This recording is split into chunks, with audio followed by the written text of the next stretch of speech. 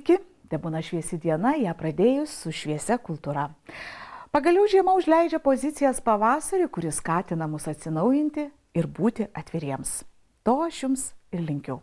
O dabar drauge atverkime duris į kultūrą ir ji tegul pasklinda po jūsų namus. Jaunos menininkės besivaikančios musės. Jauni šokėjai virstantys juodvarniais. Jauni aktoriai švenčiantys savo dienas. Jaunystė kultūroje. Durys atsidaro netrukus.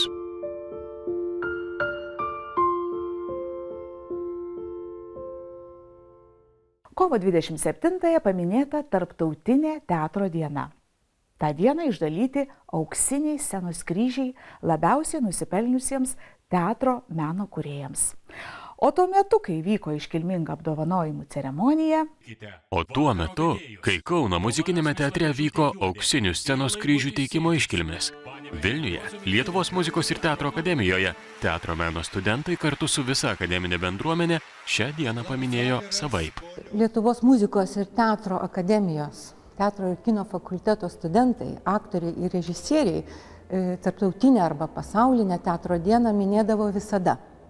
Tiesiog susitikdavome Sluškų rūmuose, teatro ir kino fakultete ir rodydavome vienas kitam studentiškus darbus, aptardavom.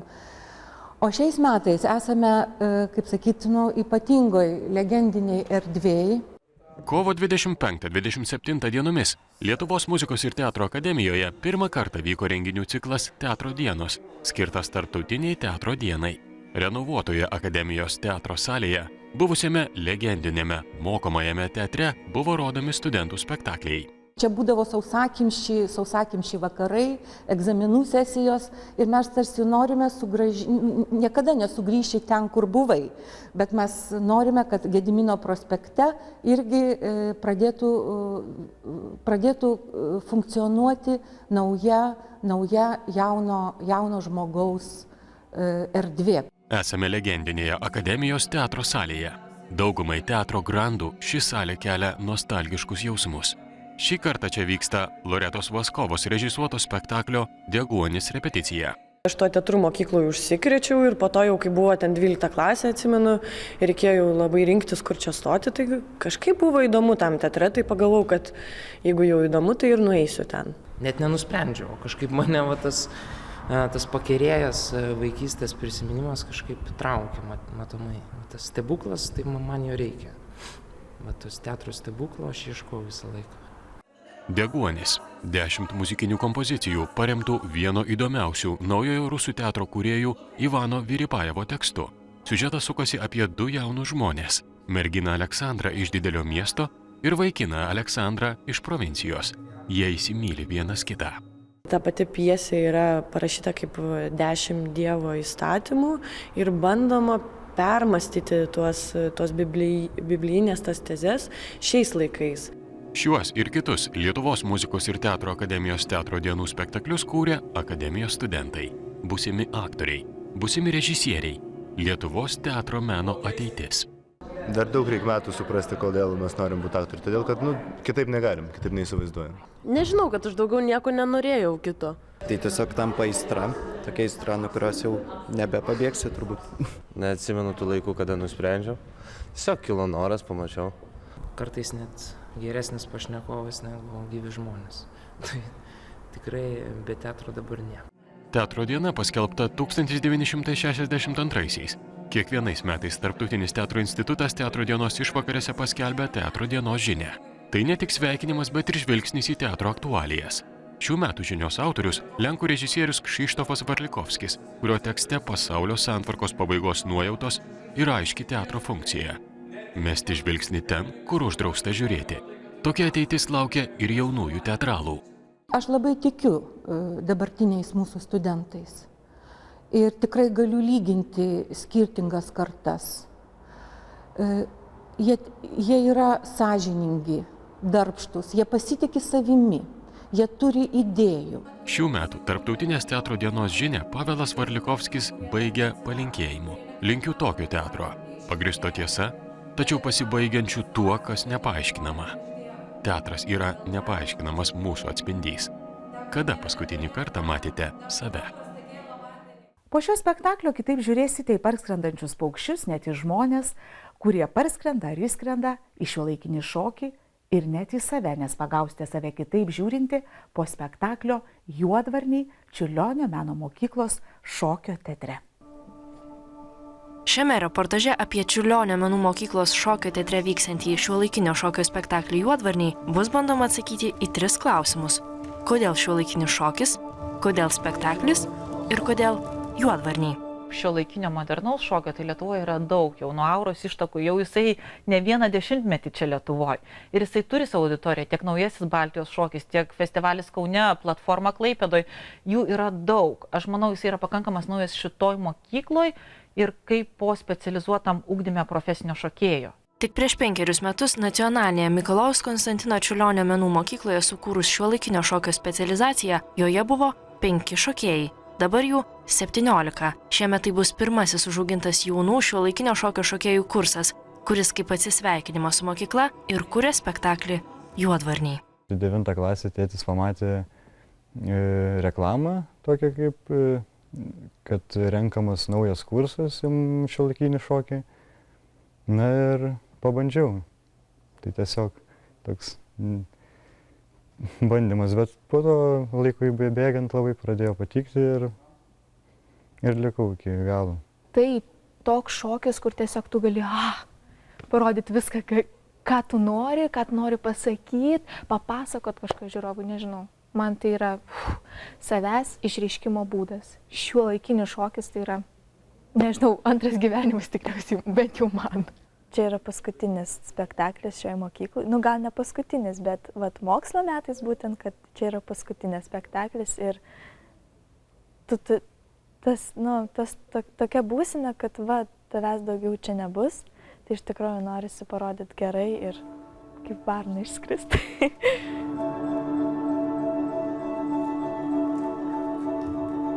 Kodėl Juodvarniai? Sena idėja. Senai aš dar Aurai šokau. Mes darėm tokį mažą projektą ir turėjom kažkaip 3 nupasakoti Juodvarnių istoriją visą. 12 brolių Juodvarniais lakstančių. Ir kilo idėja apie išlankstytus popierinius paukščius. Ir visą laiką aš tą idėją kažkaip nešiausi, man buvo smagu. Ir gal kai gimsta idėja, tu pradedi ją pastebėti. Jei vienos dalies šiuolaikinio šokio spektaklyje ieškosite motyvų iš pasakos 12 brolių Juodvarniais lakstančių, tiesmuko atpasakojimo nebus. Jau vien dėl to, kad scenoje iš viso pasirodo 10 šokėjų. Aš neskaičiau tos pasakos pati taip, bet aš žadu ją perskaityti būtent dieną prieš, kad tiesiog pajausti kažkokias emocijas, biškį susikaupti savyje, nes šiame spektaklyje mes šokam su kolega Vyteniu, tokį lyg duetą, lyg tais mes, nežinau, gal aš kaip ten kažkokia ten karalienė, kuri gal ten gimdė tuos vaikus, kažkas tai tokio, kad kažkas yra, kad ta siužetinė linija būtų tokia stipri, kad tu tikrai žinotum, ką tu darai. Vienintelė Kęstučio Lanausko kurta spektaklio scenografija – medinės lazdos, tampančios mišku, ginklais, sparnais, pertvaromis. Taip pat svarbios Vytauto Narbuto videoprojekcijos, žinoma, amerikiečių minimalisto Steve'o Reicho muzika. Ilgą laiką aš negalėjau rasti muzikos spektakliui. Ir aš ją atsitiktinai radau Kanadoje, stebėdama kito šokio spektaklį. Ir aš išgirdau būtent Steve'o Reicho tą muziką, 18 muzikantų. Ir tenas yra tokie balsai. Ir balsai labai primena, kai girdi praskrendančius paukščius ir jų plazdenimą. Juodvarniai – tai bendras choreografų Linos Podžiukaitės Lanauskienės, Justo Kučinsko, Jekaterinos Deineko, Ievos Grinkevičiūtės ir šokėjų mokomasis projektas. Spektaklis pasakojantis apie metamorfozes. Svarbus įvykis baigiantiems mokyklą, lyg paskutinis skambutis. Dažniausiai kelionė visą laiką baigėsi transformacija. Kažkokia tu keitiesi tos kelionės principų. Jiem tai irgi yra aktualu, jie yra paaugliai, kurie auga, bręsta, jie tampa profesionaliais šokėjais. Pas juos vyksta labai daug kelionių, pačiam spektaklyje vyksta kelionė, tai ta transformacijos ir kelionės idėja. Juodvarniai, o kitaip paprastieji krankliai. Varninių šeimos paukščiai. Paprastai sėslus, bet kartais klajojantys. Pavasarį mėgsta gainiotis ore, krisdami žemyn suglaudę sparnus, vartaliojasi. Retkarčiai sklando. Tokie jie realybėje. O kokie spektaklyje šį vakar ir balandžio 18-ąją Čiurlionio menų mokyklos šokio teatre. Šiandien paskutinė diena apsilankyti Sostinės galerijoje Akademija šiuo metu veikiančio parodoje. Tiems, kas dar spės per šį pusdienį, tiems, kas jau nespės ir net tiems, kurie spėjo, pažintis su 3 jaunomis menininkėmis ir jų paroda. Mūsų 10 tų pačių klausimų kiekvienai ir normalu, jei po to kils dar 10, o gal ir dar daugiau. Iš ko sprendžiate apie menininkus? Iš jų darbų, dalyvavimo parodose ar asmenybių? Nes ne visuomet apie asmenį galite galvoti taip pat kaip apie jų darbus. Susipažinti ir su darbais, ir su 3 jaunomis menininkėmis kviečiame į Vilniaus dailės akademijos galeriją Akademija. Vardas, pavardė. Dovilė Bagdonaitė. Ieva Paliukaitytė. Karolina Vojcechovskaja. Gimimo data. 1991 metai, lapkričio 20 diena. 1991, 8.5. 91, spalio 30. Gimimo vieta. Kaunas.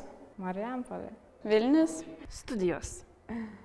Freska mozaika, Dailės akademija. Monumentaliosios tapybos ir scenografijos katedra. Dailės akademija, vitražas. Scenografija. Kodėl?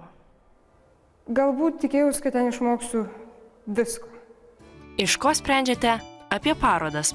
Iš dalyvaujančių menininkų, iš darbų ar iš parodų pavadinimo?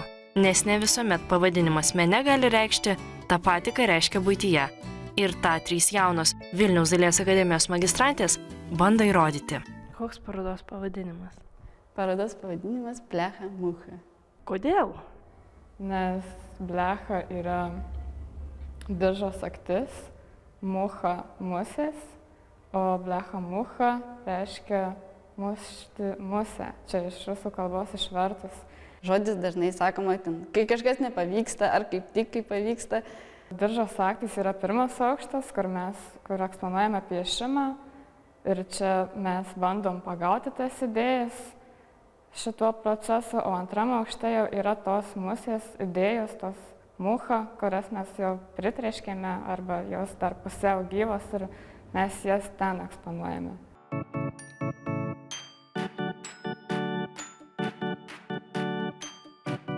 Ugnis atspindi tą destrukciją ir šiame darbe mes šį darbą vadiname malka mūsų piešinių padaryta, tai čia yra sukarpyti darbai kiekvienos ir teigiam, kad iš tam tikros destrukcijos paskui gali gimti kūryba. 1 aukšte eksponuojami, dar 2 bakalauro kurse deginami akademinio piešimo darbai. Ir ugnis čia, pasak menininkių, yra atsinaujinimo siekis.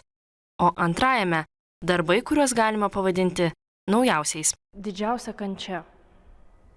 Kai negali padaryti tai, ką nori padaryti. Rašyti. Taip, rašyti. Įsivaizduoji, kad darbas išeis gerai ir neišeina ir nusivili savo galimybėm galbūt. Ar techniniam netgi. Ieva Paliukaitytė eksponuoja baimę. Štai taip atrodo scenografijos įvaizdintas jausmas paverstas simboliais ar antropomorfinėmis būtybėmis. Tik pateiksime užuominą, kad greit panašią scenografiją galėsite išvysti ir viename vaikiškame spektaklyje. Ką galėtum daryti geriau? Oi, viską. Piešti. Ypatingai to gal iš techninės pusės dabar labiau norėčiau. Viską galėčiau geriau daryti. Nėra to, ko darau tobulai. Rašyti.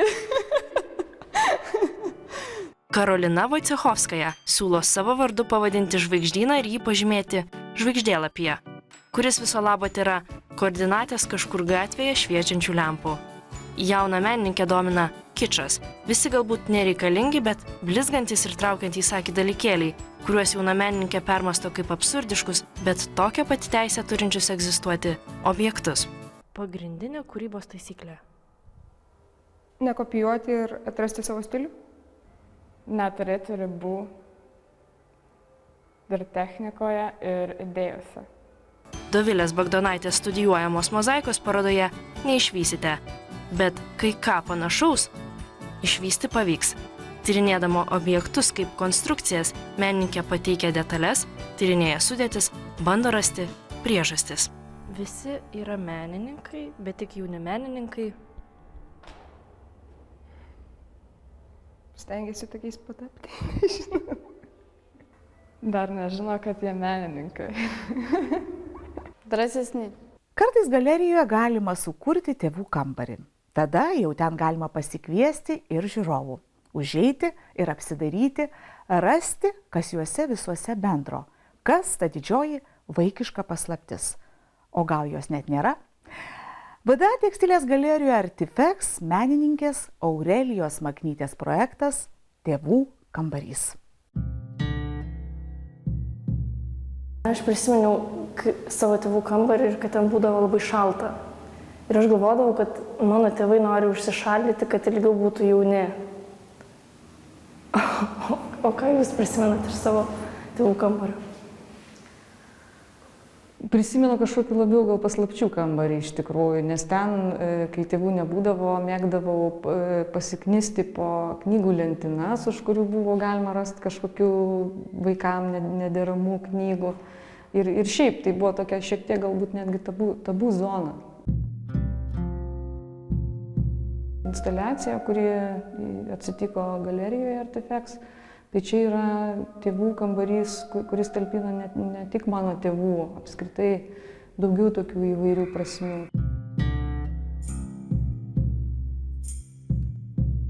Kai mes įeinam, tai mes matom ne jūsų tėvų kažkokius daiktus. Kas tai yra? Čia yra siuvėjos lekalai, kuriuos aš įsigijau turguje, aš mėgstu ten rasti įvairius daiktus. Šitie lekalai man dar įdomus ir dėl laikmečio, nes galima skaityti tą laikraštį, bet jis netgi skaityti nepatogus. Aš perskaičiau, šiandien sukanka 70 metų, kai gimė Petras Cvirka. Jo. Svečiuose pas Mariją Cvirkienę. Šita visa paroda nėra labai patogi, man buvo nelengva labai ją daryti, nes yra labai tokie intymus ir tėvų likę daikčiukai. Ir aš naudoju visiškai svetimo žmogaus laiškus rašytus.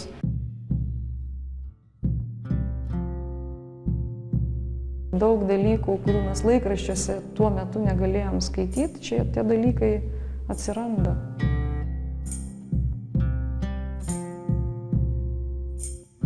Vienintis dalykas tiek jūsų tėvų kambario, tiek galbūt kažkieno tėvų kambario, kurį jau čia bandot kažkaip atkurti, yra sovietmetis pirmiausia, tas laikmetis, o kas dar? Taip tiesiog natūraliai sukrito į tą katilą.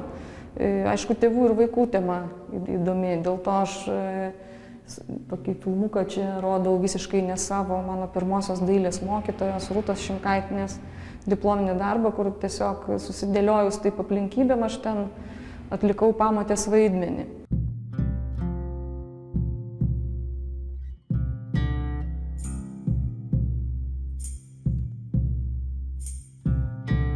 Dėl to čia ta ir lova įstrigusi atsirado kaip tokia, ten irgi yra eksponatas, ta įstrigusi lova tenai yra tarp čia ir ten ir neaišku, ar jinai yra iš tikrųjų, ar jinai įsikrausto, ar jinai išsikrausto.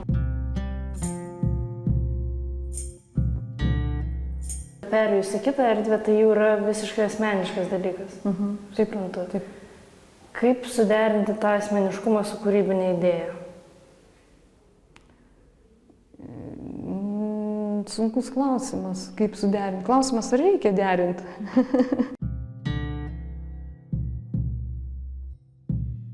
Ta tekstuką, kur yra mano tėvuko kūno aprašymas, darė medikas jau po tėvuko mirties.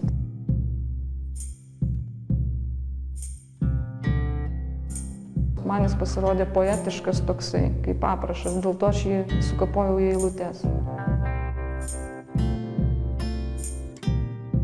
Atsirado mano mamos botelių tokie popieriniai kamšaliukai, kur irgi yra laikraštis.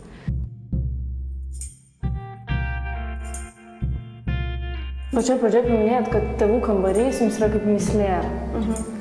Ar padarius šitą parodą, ta mislė nors kiek nors įsiminė? Ne, tikrai ne. Tikrai ne. Aš ten ir minėjau tekste, kad klausimas, ar buvo tų mislių.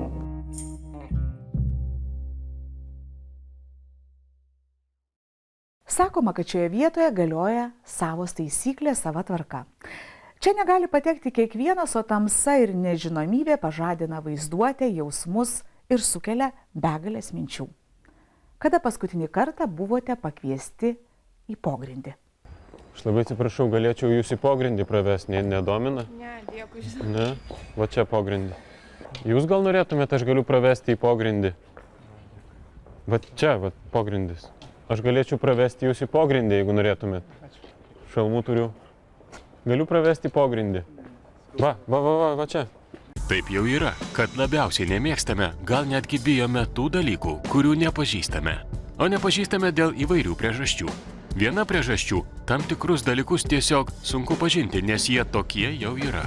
Pusiau slapti. Tarkim, tokie, kurie yra pogrindyje. Tai tą žodį pogrindis galima įvairiai interpretuoti. Jisai gali būti interpretuojamas kaip gal pogrindinė muzikos scena arba kaip rūsys, kuris yra pogrindimis, arba kažkoks pasaulis, kuris yra tarp mūsų, kažkoks neapčiuopiamas ir nematerialus. Šį kartą pogrindis Vilniuje, nedidelėje juvelyrikos galerijoje AV17. Tai juvelyrų Rūtos Petronytės ir Esto Rainerio Kasiko Aslavo jungtinė paroda Pogrindis. Ilgai diskutavom, kokia tema turi būti. Ir iš krūmų pelė išlindo. Taip, tiesiog mes sėdėjom, krūmai šalia buvo ir pelė išlindo ir taip kažkaip, pelė gyvena pogrindį. Tai ir limpam tada prie tos temos, mums abiem tiko ir taip ir pavadinom. Aš galiu pravesti pogrindį, jeigu norite. Kada čia į darbą reikia? Į darbą reikia. Nueikit, jūs nueikit, prašau, ten užeikit. Čia šalmų nereikia, šalmus šiaip jau. Šalmai, kad čia įdomiau būtų. Kad įdomiau būtų šalmai. Į pogrindį, underground. Ai, rimtas daiktas, čia pogrindis. Jūs galite eit. Galiu pravesti pogrindį, jeigu norit. Nenorit? Rengdamiesi šiai parodai, autoriai nusprendė pabandyti kurti kartu. Juvelyrai apsikeitė savo sukurtais darbais ir leido vienas kitam juos pabaigti. Rezultatas – pagaminti darbai yra bendri kūriniai turintys dvigubą autorystę. Viską vainikavo bendrai nutapytas paveikslas. Mes iš pradžių sugalvojom, kad mums kartu reikia daryti parodą. Kažkaip taip išėjo dėl to, kad mūsų gan panašus braižas yra. Ir tada sugalvojom principą, kurio dirbsim, kad mes darėm taip, kad aš padarau dalį darbo, išsiunčiu jam į Estiją, ir tada jisai pabaigia tą darbą. Ir tada jisai man kažkokius padaro objektus, atsiunčia ir tada aš jau pabaigiu. Pogrindis – tai kita realybė. Pasaulis, kuris egzistuoja kažkur paraleliai mūsų kasdienybės arba po ją. Į pogrindį negali patekti kiekvienas, o tamsa ir nežinomybė gąsdina, taip pat įjungia vaizduotę. Įsivaizduojame daug daugiau negu yra. Prašau, aš galiu pravesti pogrindį, jeigu jūs domina. Štai šioje galerijoje. Nedomina? Galiu pravesti pogrindį, jeigu domina. Nedomina? Skuba turbūt į darbą. Matot, kaip aš žinau? Skubate į universitetą, ne į pogrindį. Jeigu norėsit, va čia pogrindis. Patiko pogrindyje? Pogrindį pasižiūrėjau, iš tikrųjų, tai netoks ir pogrindis. Netoks ir pogrindis. Tai, ką įsivaizduosite matydami šiuos juvelyrikos kūrinius, priklauso tik nuo jūsų. Žmogaus vaizduotė pabaigia tai, ką pradėjo juvelyrai. Žiūrovas sukuria visą vaizdą. Autorius tik kūrinio pavadinimu pateikia užuominas arba kelia klausimus. Tarkim, pavadinimas Jėzuje Kristuje gyvena pankas nubrėžia šio juvelyrikos kūrinio interpretavimo kelią. Man atrodo, bendra viskas yra nuo ekspozicijos, nuo to vamzdžio iki darbų, kurie yra, ir iki to paveikslo, ir iki to, kas yra rūsy, kad tai yra vientisa instaliacija. Aišku, galima ir skaidyti, čia kaip žiūrovas nori, visiškai laisvai. Aš siūlau visiems praeiviam užeiti į pogrindį. Jums irgi siūlau užeiti į pogrindį. Neturit laiko į pogrindį? Aš labai atsiprašau, o jūs labai įsižeistumėte, jeigu aš jums pasiūlyčiau nueiti į pogrindį? Neturit laiko, bet neįsižeistumėt. Jūs gal turite laiko į pogrindį? Ne, bet čia. Pogrindis. Jūs gal turit laiko į pogrindį? Aš labai skubu į paskaitą. Į paskaitą einat, ne į pogrindį. Iki balandžio 16 galite ir jūs apsilankyti pogrindyje, nedidelėje juvelyrikos galerijoje Vilniuje. Ir labai tikimės, kad nebijosite pogrindžio, nes juk labiausiai bijome to, ką mažai pažįstame. Šitą pogrindį jau pažįstate truputį.